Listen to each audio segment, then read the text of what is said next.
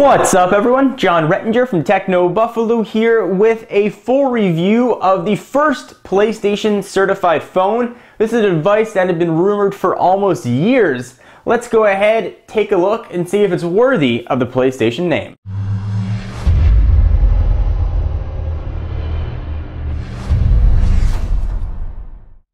So to say Sony's had maybe a rough few weeks with their PlayStation name and the PSN network getting a little bit hacked would probably be an understatement. But that doesn't take away from what the Xperia Play promises to bring, and that is PlayStation Gaming Mobile. So let me remind you of the specs of this guy, and then we'll go ahead and run through all the phone goodness that it has. So it's got a 4-inch diagonal display, and that is TFT, with a resolution of 480 by 854. It's being powered by a Scorpion ARM 1 GHz processor, and we'll talk about how the performance is in just a minute. 512 megabytes of RAM and ROM. It's got an Adreno GPU graphics accelerator. It's got a 5 megapixel camera on the back with autofocus flash and some cool kind of smile detection business. It can shoot video in 720p, so that's 1280 by 720.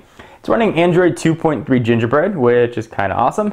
And it's got a pretty beefy battery here, which is going to get you through most of the day. Alright, so that's great. There are the specs. Let's first talk about call quality. This is a phone and it's got to make phone calls. This is the unlocked unit, which is available to be purchased from the folks at clove.co.uk. It'll work on AT&T's 3G network, if you guys are wondering. Verizon has announced they will be carrying it in the US. It'll be in stores on the 26th, available for pre-orders on the 19th. But if you are on AT&T or T-Mobile and you're looking to get your hands on this guy, check out the folks at clove.co.uk. Link will be down below.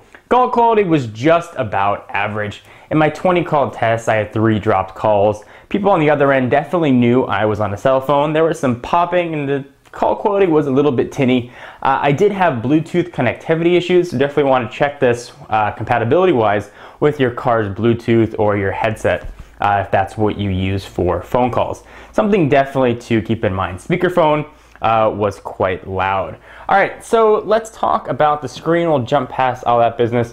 How does this thing look? Well, let me show you what some pictures look like here. This is always a good way to show. We'll go ahead and jump into wallpapers, Sony Ericsson wallpapers. Let's go ahead and take a look at a red one. We'll go ahead and set it, and you can see the pictures look about average. We've got it set to auto brightness here. Doesn't look bad, it doesn't look great. I expected a little brighter images to pop a little bit more from Sony, a company that's really known for high quality displays. But the real test for me is how text looks. So I'll go ahead and jump into the browser. There we go. You can see on a white background there's a little bit of a grayish blue tint, something that we saw with the first generation AMOLED screens that Samsung put out. Nothing giant, but it's definitely there. Text is crisp, so you're not going to have any trouble reading text on its 4-inch screen. There's a couple other interesting things here to note as well. I know you guys are a lot of performance junkies out there. I did run this through a quadrant test, and it pulled in a pretty respectable 1,392. And this is with the stock ROM. There wasn't anything flashed on here. This is just how Sony Ericsson ships it. And speaking of how Sony Ericsson ships it, their Android UI is called Timescape. It sort of puts everything together in a big list of stuff. I didn't like it. I turned it off. I generally didn't use it. But they do give you some cool functionality, and there are some neat Sony Ericsson widgets here. You can do your little pinch to zoom thing. You can see all your widgets here splayed out. I wish you could have moved them around from the screen. You can't. You can just see them and jump right to them. There are some to like. Go ahead and show you very quickly what some of the Sony Ericsson custom widgets are. You can see some of the standard Android ones here, and then some of the other ones that Sony goes ahead and adds for you. One of the kind of cool touches that it does give you are some animations, which I'm sure just suck battery. If I wanted to move an icon around, you can watch what it does when I do it. It does a little bounce. It's very subtle, but it really lets you know they're using a high quality device. One of the gripes that I had about the phone is the placement of the buttons here on the bottom. So first, I like that there are physical buttons. I do wish that there was some sort of backlight, so if I was in a dark setting and the screen wasn't providing enough brightness, I could see what the buttons are, because they are in a very strange order that I haven't really seen on any other Android phones. You've got the back button, home button, menu button, and search button, Whereas if you look on other Android phones, here is say the Droid Charge, for example, with a more standard button layout. You've got a little different setup here with the back button located on the second to the right, the menu button on the left. It's just a little bit odd. I'm not saying it's bad, it just wasn't what I was used to. So if you're coming from another Android device, definitely going to have a little bit of a finger memory learning curve. That's not the big deal with the Xperia Play. What everybody wanted to see and what I wanted to see was what lives when you slide this up. And this is where the Xperia Play gets its name. This is able to play a pretty decent amount of actually PS1 games, and that's where a lot of these Xperia Play games come from. So let me give you a quick example of what one of these games look like. So I'll go ahead and use the buttons that I've got right here. I've got an Android menu button, and when you're gaming you also have two shoulder buttons that live right there. I'm going to go ahead and go back home, and I've got Crash Bandicoot was a game that I was playing. It was available to be downloaded. And I'll show you guys in just a minute, when you download these games, they actually come from the Android marketplace. I thought there was going to be some sort of custom Sony skin store, and it's just a Sony store in the Android marketplace. So you can see what the graphics look like. They are pretty impressive, but they're nothing better than I haven't seen on any other Android device. Really what the killer thing is here is a game catalog and the ability to play other PS1 games, which are extremely popular.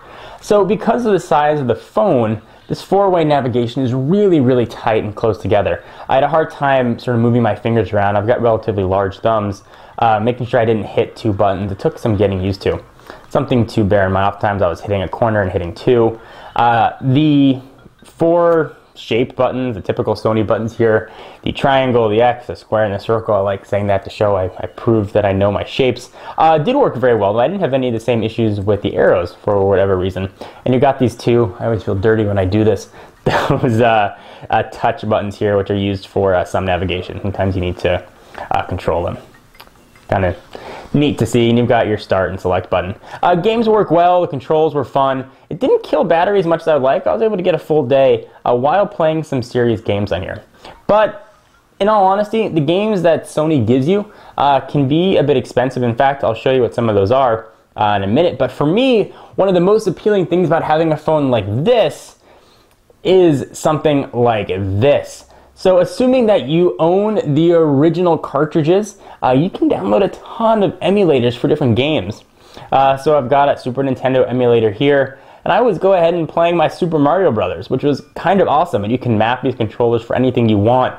And this is what made the Xperia Play really cool, and probably wasn't what Sony was aiming at, but it really let me feel like I could take a Super Nintendo with me anywhere. And there are emulators available for a ton of consoles, and of course only games that you own, Genesis, Nintendo, and really any other console, this can very easily handle. So we'll go ahead and exit out of this. Let me go ahead and show you some of the other options here for purchasing games, so you can see what that might look like. Alright, so as you guys might have seen, when you open this up, you are going to be taken to the PlayStation sort of store, and you can see there are a ton of different games. Let's go ahead and take a look at Hockey Nations 2011. This is going to open up right from the Android marketplace. You can see the price of the games. And some of the games range from 11 to 12 bucks down to as low as 99 cents. This particular one here, $3.99, available in the sports game category. Go ahead and hit download and you can get your game on. Go ahead and jump back home. So what's the final conclusion on the Xperia Play? To be honest, the benefits that Sony Ericsson was gaming at here with the PlayStation Store and the PlayStation certified experience is average. The game quality, as you saw on Crash Bandicoot, was just okay. I wasn't overly impressed with gameplay on that particular game or the controls in general. What really sells the Xperia Play for me is the built-in gamepad for emulators. Really opens up a ton of possibilities for this device.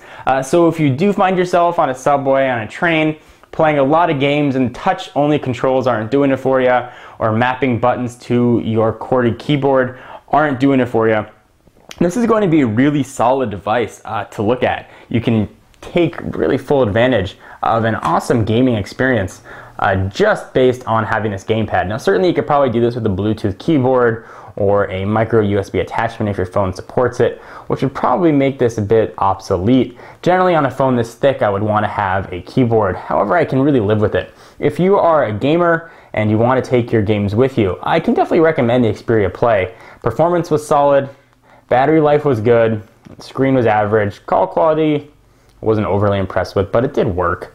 If I had to give this sort of a 1 out of 5 ranking here, I'd probably give it a very solid 3.5. I would have liked to have seen a little bit of brighter screen with some crisper images and some crisper text, and I would have liked to have seen a more robust PlayStation Store on here with a better quality and selection of games. The Timescape interface was okay, it wasn't overly clunky. You can obviously turn it off or customize it because it is Android, but it was just alright. Anyway guys, love to hear what you have to say and your thoughts on the Sony Ericsson Xperia Play. I am John Rettinger from Techno Buffalo, and I'll see you in the next video.